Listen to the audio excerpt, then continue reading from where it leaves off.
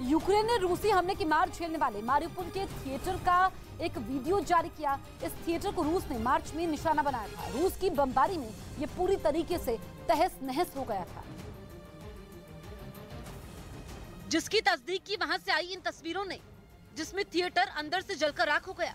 उसकी सफेद दीवारों पर धमाकों की कालिख नजर आई। हमला इतना जोरदार था कि थिएटर की दीवारें तक ढह गई और उनमें लगे खिड़की दरवाजे तक उखड़ गए। Они же записаны, их там кормили.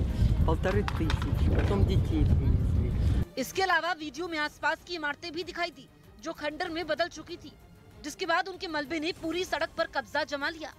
लुहांस्क में यूक्रेन की फौज ने एक इमारत की आड़ लेकर रूस के कुछ जवानों पर हमला कर दिया। बताया गया कि जिस बख्तरबंद गाड़ी में रूसी सैनिक सवार थे, उसे एक ही निशाने में तबाह कर दिया गया।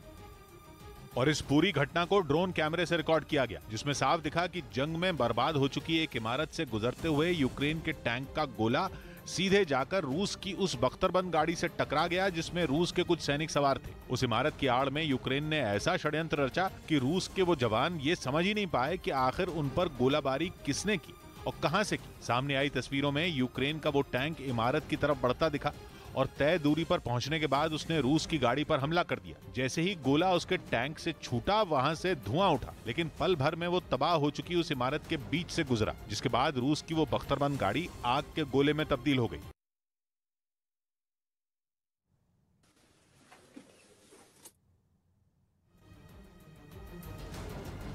वहीं यूक्रेन की सरकार ने पुलिस की मदद से कीव के आसपास छापेमार कार्रवाई की, जिसमें रूस का समर्थन करने वाले नेताओं के घरों में छापे मारे गए। इस कार्रवाई में रूस का समर्थन करने वाले विक्टर के घर पर भी छापे मारे गए, जहां पर कई महंगी और आलीशान चीजें जब्त की गई। बताया गया कि विक्टर पहले से ही यूक्रेन की जेल में बंद है। उनके बंगले में पहुंची टीम को वहां से कई महंगी पेंटिंग्स और सोने चांदी से बनी चीजें अपने कब्जे में ली। यूक्रेन ने आरोप लगाया कि विक्टर और उनका परिवार रूस की सेना की मदद करने में जुटा हुआ था, जिसके बाद ये कार्रवाई की गई। खबर है कि व्लादिमीर पुतिन काला सागर में अपने जंगी जहाज मॉस्कवा पर हुई मौत के आंकड़े छिपाने में जुट गए।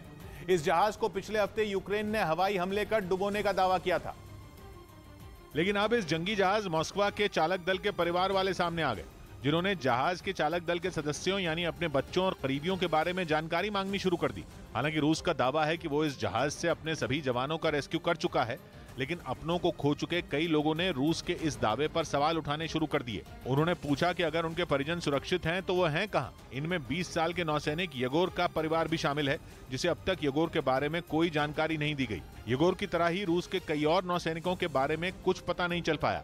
और एक परिवार ने तो यह भी बताया कि रूसी सेना ने फोन पर उसके बेटे आंद्रे की मौत की जानकारी दी थी, लेकिन अब तक यह साफ नहीं हो पाया कि उसका अंतिम संस्कार कब होगा, उसका शव कहां है। यानी रूसी सरकार कुछ तो छिपाने में लगी हुई है। और यही छिपाते छिपाते वो अब ऐसा कुछ कर बैठी कि उंगलियां पुतिन सरकार पर ही उठ गईं। इसकी वजह है परेड का ये वीडियो। रूस ने बताया कि ये वीडियो 2 दिन पहले क्राइमिया में शूट किया गया, यानी ये वीडियो जहाज के डूबने के कुछ दिन बाद का है। रूस का दावा है कि इस परेड में मॉस्कवा जंगी जहाज के सदस्य शामिल हुए, लेकिन इस वीडियो में 100 से 150 जवान ही नजर आए, जबकि अमूमन ऐसे बड़े जहाज में 500 से ज्यादा लोग होते हैं। और इसी वजह से सवाल उठ रहे हैं कि इस जहाज के बाकी सदस्य कहां हैं, जिन्हें रूस सरकार ने डूब चुके मॉस्कवा जहाज से बचा लेने का दावा किया था। और मॉस्कवा रूस का ताकतवर जंगी जहाज है और इसका डूबना रूस के लिए बड़ा झटका है। माना जा रहा है कि इसी वजह से वो इसका पूरा सच छिपाने में जुट गई। और जहां ये जंगी जहाज डूबा, वहां काला सागर में रूस 300 साल से लड़ाई लड़ता रहा है। काला सागर पर कब्जे के लिए 1709 में स्वीडन के राजा ने यूक्रेन पर हमला कर दिया था। तब यूक्रेन सोवियत संघ का हिस्सा हुआ करता था। ऐसे में सोवियत संघ ने वो जंग लड़ते हुए जीत हासिल की थी। इसी तरह बाद में तुर्की ने भी वहां हमला किया और फिर 1930 के दशक में जाकर तुर्की और सोवियत संघ की लड़ाई खत्म हुई। इसी वजह से काला सागर आर्थिक और राजनीतिक नजरिए से दुनिया भर में काफी अहमियत रखता है। यूक्रेन दुनिया भर में गेहूं और स्टील निर्यात करने वाले बड़े देशों में शामिल है। दुनिया भर में जितना स्टील निर्यात होता है, उसका 10% हिस्सा अकेले यूक्रेन सप्लाई करता है। इस तरह ये गेहूं या स्टील यूक्रेन से बाहर किसी भी देश में जाएगा तो काला सागर के रास्ते ही। इसी वजह से रूस लंबे समय से काला सागर पर अपना दबदबा बनाना चाहता है। वहीं यूक्रेन युद्ध में अब अरबपति इलॉन मस्क की एंट्री हो गई और वो सीधे पुतिन के निशाने पर आ गए। असल में रूस मानता है कि उसके जंगी जहाज मॉस्कवा को डुबाने के लिए इलॉन मस्क जिम्मेदार है। क्योंकि मॉस्कवा जंगी जहाज काला सागर में कहां मौजूद था, इसकी जानकारी एलोन मस्क की इंटरनेट कंपनी स्टारलिंक ने ही यूक्रेन को दी थी। ऐसे में अब एलोन मस्क को इसकी बड़ी कीमत चुकानी पड़ सकती है और ये आशंका जताई यूक्रेन के गृह मंत्री के सलाहकार ने। उनका कहना है कि मॉस्कवा युद्धपोत डूबने के बाद अब ये जंग अंतरिक्ष तक खिंच जाएगी। दावा है कि पुतिन सरकार ने अब स्टारलिंक कंपनी की सैटेलाइट को नष्ट करने की जिम्मेदारी सौंप दी। यूक्रेन जंग के दौरान यह माना जाता रहा कि एलोन मस्क की इन्हीं सैटेलाइट की मदद से रूस की सेना पर ड्रोन हमले किए गए। यानी कहां-कहां रूसी सेना का काफिला और टैंक हैं, ये सब जानकारी स्टारलिंक कंपनी ने यूक्रेन की सेना को दी। इस वक्त की बड़ी खबर आपको बता दें, रूसी तोप ने यूक्रेन के सप्लाई ट्रक को उड़ा दिया है। ड्रोन से ली गई ये तस्वीर इजियम के दक्षिण इलाके की है, जहां रूस ने यूक्रेन के सप्लाई ट्रक को बम से उड़ा दिया है। बम का गोला जैसे ही यूक्रेन के ट्रक पर गिरा, वहां धुआं ही धुआं दिखा। सप्लाई ट्रक पर यूक्रेन की सेना के खाने का सामान था, जिसे रूस ने पूरी तरीके से नष्ट कर दिया।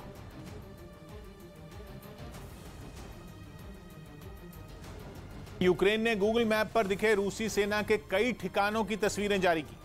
ऐसा कर ज़ेलेंस्की सरकार ने यह बताने की कोशिश की कि उसकी नजर रूस की सेना की हर हरकत पर है। और अपने इसी दावे को मजबूत करने के लिए उसने सोशल मीडिया पर कुछ तस्वीरें शेयर की। इनके जरिए उसने रूस में अलग अलग शहरों में बने फौजी ठिकानों को दिखाया। ऐसी एक तस्वीर में समंदर किनारे पुतिन की सेना का एक जंगी जहाज खड़ा दिखा, जबकि दूसरी तस्वीर में परमाणु हथियार से लैस 2 पनडुब्बियां नजर आईं। इनके ठीक बगल में 2 छोटी पनडुब्बियां भी वहां खड़ी दिखी। इन सब के अलावा वहां परमाणु हमला करने की ताकत रखने वाली मिसाइलें भी थी। इतना ही नहीं, यूक्रेन की सीमा के पास रूसी सेना के एक एयरबेस पर कई लड़ाकू विमान भी खड़े नजर आए। यूक्रेन ने तो पुतिन के परमाणु हथियार रखने वाले ठिकानों की भी पोल खोलने का दावा किया। साथ ही बताया कि उसने खुफिया तरीके से इन तस्वीरों को हासिल किया। असल में ज़ेलेंस्की सरकार ने ऐसा कर यह बताने की कोशिश की कि उसकी पहुंच रूस के अंदर कहां तक है।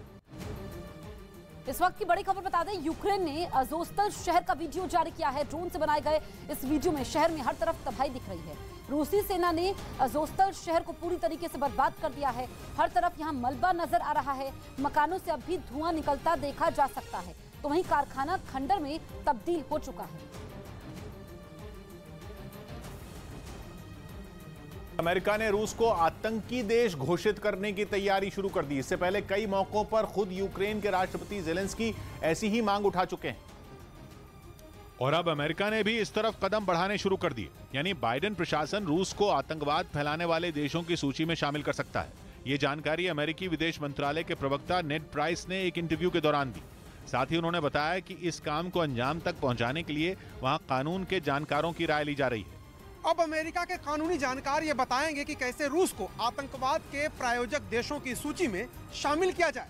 यूक्रेन के राष्ट्रपति ज़ेलेंस्की पहले ही जो बाइडेन से रूस को आतंकवाद के प्रायोजक देशों की सूची में शामिल करने की मांग कर चुके हैं।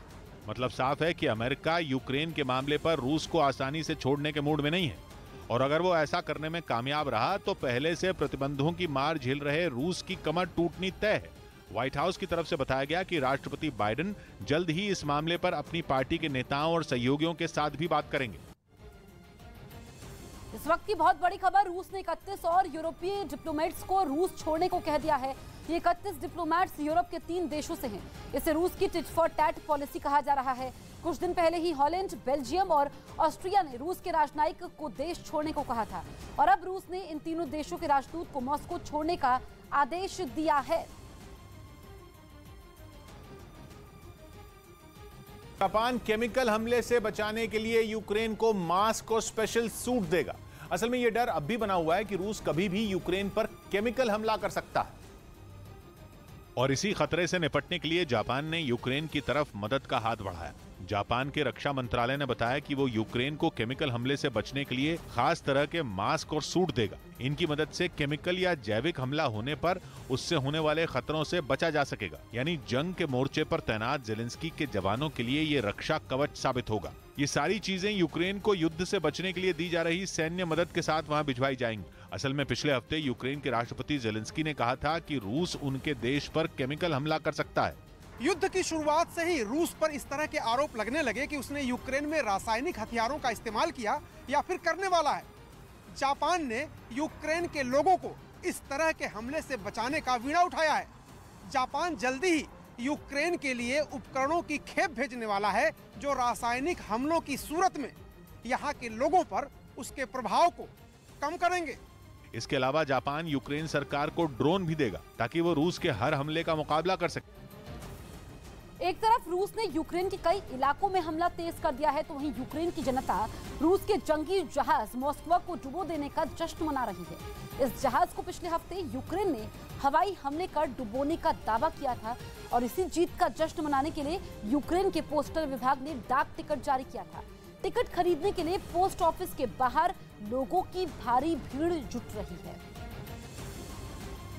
रूस के सबसे बड़े जंगी जहाज मॉस्को को काला सागर में यूक्रेन ने डुबो दिया, उस पर हमला किया मिसाइल से, नेपच्यून मिसाइल से यूक्रेन का दावा है। और उसके बाद यूक्रेन ने एक डाक टिकट जारी किया जिसको लेने के लिए देखिए पोस्ट ऑफिस के सामने कितनी भीड़ है। सैकड़ों की संख्या में लोग यहाँ पर उपस्थित हैं और अपनी बारी का इंतजार कर रहे हैं, क्योंकि ये एक बड़ा गर्व का विषय है यूक्रेन की सेना के लिए। जहां तक आपकी नजर जाएगी लंबी लाइन दिखेगी आपको, लॉन्ग क्यू यहाँ पर आप देख सकते हैं। लोग इतनी ठंडक में यहाँ पर अपनी बारी का इंतजार कर रहे हैं और वो लोग जो अंदर से यानी डाक टिकट लेकर के मॉस्को पर डाक टिकट रिलीज कर दिया यूक्रेन ने अपनी आर्मी के समर्थन में, अपनी आर्मी के शौर्य गाथा को दिखाते हुए। और ये लोग इंतजार कर रहे हैं, जो लोग टिकट लेके आ रहे हैं डाक टिकट, वो बेहद ही खुश नजर आ रहे हैं। देखिए ये इनके हाथ में देखिए ये डाक टिकट है। अगर आप इसको ध्यान से देखेंगे तो यहाँ पर यूक्रेन का एक सैनिक है और पीछे मॉस्को की तस्वीर है, यानी डाक टिकट मॉस्को का जारी कर दिया गया है। यहाँ किस तरह से यूक्रेन की सेना के शौर्य को दिखाते हुए डाक टिकट जारी कर दिया यूक्रेन ने। और ये दिखाता है कि देश के लिए जो लोग कुछ कर गुजरते हैं उनके सम्मान में किस तरह से यूक्रेन अपने लोगों के साथ खड़ा है। ये हमारी भाषा तो नहीं समझते, न इनकी भाषा मैं समझ पाता हूँ क्योंकि ये यूक्रेनी लैंग्वेज में बोलते हैं, लेकिन फिर भी इन्होंने मुझे बताया कि किस तरह से एक गर्व का क्षण है यूक्रेनियन के लिए। और इसलिए ये सारे लोग इकट्ठा होकर के और पोस्ट ऑफिस के बाहर लंबी लाइन लगाकर अपनी बारी का इंतजार कर रहे हैं ताकि वो मॉस्को को डुबोने वाली जो घटना थी उसका डाक टिकट खरीद सकें और हमेशा के लिए अपने पास रख सकें, जो यूक्रेन की सेना के शौर्य की एक गाथा कहता हो। और उस इतिहास का हिस्सा ये लोग बनना चाहते हैं जो यूक्रेन के युद्ध के इतिहास में एक बड़ी कामयाबी के तौर पर देखा जा रहा है, जब काला सागर में रूस के बड़े युद्धपोत मॉस्को को यूक्रेन की सेना ने डुबो दिया। जंग में रूस पर पलटवार करने के लिए अब तक यूक्रेन को पूरी दुनिया से हथियार पहुंचाए जा रहे हैं। करीब $2.5 बिलियन मतलब भारतीय रुपयों में 18,000 करोड़ के हथियार तो अकेले अमेरिका की तरफ से ही भेजे गए हैं।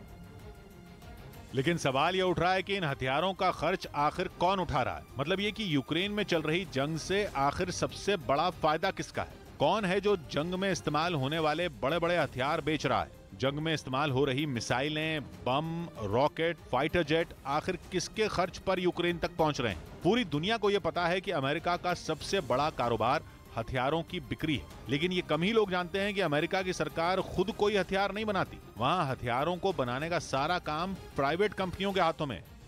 ऐसी प्राइवेट कंपनियां जिन पर सरकार का कोई कंट्रोल नहीं होता। ये कंपनियां केवल अपने मुनाफे के लिए काम करती हैं, जिन्हें दुनिया के किसी भी मुल्क में हो रही जंग में किसी एक के साथ न तो हमदर्दी होती है, न ही कोई दुश्मनी होती है। लॉकहीड और बोइंग जैसी कंपनियां रक्षा से जुड़े हथियार और उपकरण बनाने के लिए पूरी दुनिया में खास पहचान रखती हैं, लेकिन आमतौर पर जब मिलिट्री एड के तहत अमेरिका या कोई मुल्क हथियार पहुंचाता है तो भी ये कंपनियां अपने हथियार मुफ्त में नहीं देती, बल्कि एक खास तरह का पेमेंट प्लान तैयार किया जाता है। मतलब हथियारों की कीमत तो कंपनियां लेती हैं, लेकिन पैसे देने के लिए कुछ आसान रास्ता निकाल लिया जाता है। दावा यह है कि जिस भी देश से कोई हथियार सहायता के तौर पर भेजे जाते हैं, वहां हथियार बनाने वाली कंपनियां अपने माल का पूरा पैसा लेती हैं। इस बात का किसी हथियार की कीमत पर कोई फर्क नहीं पड़ता कि वो मदद के तौर पर किसी देश को दिए जा रहे हैं या किसी और तरह से दिए जा रहे हैं, लेकिन ये कीमत बाद में उसी देश को देनी पड़ती है जो उन्हें इस्तेमाल करता है। मतलब ये कि मिलिट्री एड या सैनिक सहायता शब्द का मतलब केवल इतना है कि जंग से लड़ने के लिए बेहद कम वक्त में हथियारों की डिलीवरी हो जाए। माना जा रहा है कि इन हथियारों के लिए यूक्रेन को करीब 1% ब्याज के साथ ये रकम 25 से 30 साल के वक्त में देनी होगी। मतलब ये कि जो भी हथियार अभी यूक्रेन को मदद के तौर पर रूस का मुकाबला करने के लिए भेजे जा रहे हैं, उनके लिए यूक्रेन को बहुत भारी कीमत देनी पड़ सकती है, और कीमत भी ऐसी जो उसकी अर्थव्यवस्था को बेहाल कर दे। इसीलिए सवाल यह उठाया जा रहा है कि जिन हथियारों के बूते यूक्रेन अभी रूस को जवाब देने में लगा है, वो हथियार उसकी ही अर्थव्यवस्था को चौपट कर सकते हैं। पहले से बर्बादी के रास्ते पर बढ़ रहे यूक्रेन के लिए इन हथियारों की कीमत देना भारी पड़ सकता है। लेकिन फायदा तो इस खेल में उसी कंपनी का है जिसने ये हथियार बनाए हों। ऐसी कंपनियों की सबसे बड़ी संख्या अमेरिका में है। इतने बड़े पैमाने पर हथियारों की बिक्री इन कंपनियों ने बीते कुछ दशकों में पहले कभी नहीं की थी, जितने बड़े पैमाने पर अब की गई। लेकिन कमाई के इस मॉडल को अमेरिका ने बड़ी खूबसूरती से छुपा लिया। हालांकि अमेरिका के अलावा यूरोपियन यूनियन ने भी बड़े पैमाने पर हथियार यूक्रेन भेजे हैं। दूसरी तरफ नेटो ने भी रूस को जवाब देने के लिए यूक्रेन तक ड्रोन और मिसाइलें भेजी हैं। महायुद्ध से जुड़ी एक और बड़ी खबर, अमेरिका, ब्रिटेन और कनाडा यूक्रेन को और हथियार सप्लाई करेगा। यह फैसला इन तीनों देशों के राष्ट्राध्यक्ष के बीच हुई बैठक के बाद लिया गया है। इस बैठक से कुछ देर पहले अमेरिकी रक्षा विभाग पेंटागन ने बड़ा ऐलान किया।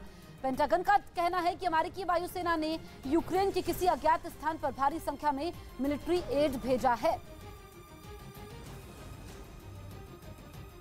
यूक्रेन युद्ध की वजह से पाबंदियों की मार झेल रहे रूस के एक विमान को दुनिया का सबसे लंबा चक्कर लगाना पड़ गया। रूस के इस विमान को यूरोप के देश स्पेन और ग्रीस से अपने राजनयिकों को स्वदेश लाने की जिम्मेदारी सौंपी गई थी और इस काम को अंजाम देने के लिए इस विमान ने मॉस्को से उड़ान भरी। लेकिन रूसी सरकार पर लगी पाबंदियों की वजह से उसे अपनी मंजिल तक पहुंचने के लिए काफी पापड़ बेलने पड़ गए। दावा है कि इस मिशन को पूरा करने के लिए पुतिन के इस प्लेन को करीब 15,163 किलोमीटर का सफर तय करना पड़ा, जबकि अगर ये विमान बिना पाबंदियों के उड़ान भरता तो उसे सिर्फ 8,000 किलोमीटर की ही दूरी तय करनी पड़ती। यानी ये सफर सिंगापुर और न्यूयॉर्क के बीच दुनिया की सबसे लंबी उड़ान जितना रहा। ऐसा इसलिए हुआ क्योंकि यूक्रेन पर युद्ध थोपने के लिए यूरोप के ज्यादातर देशों ने रूस के लिए अपनी एयर स्पेस बंद कर रखी है। असल में यूक्रेन पर हमले के बाद पश्चिमी देश पुतिन से नाराज हैं। उन्होंने पुतिन पर आर्थिक प्रतिबंध लगाए। इसी कड़ी में एक बड़ा और कड़ा फैसला लेते हुए ग्रीस ने भी रूस के 12 राजनयिकों को जल्दी से जल्दी अपना देश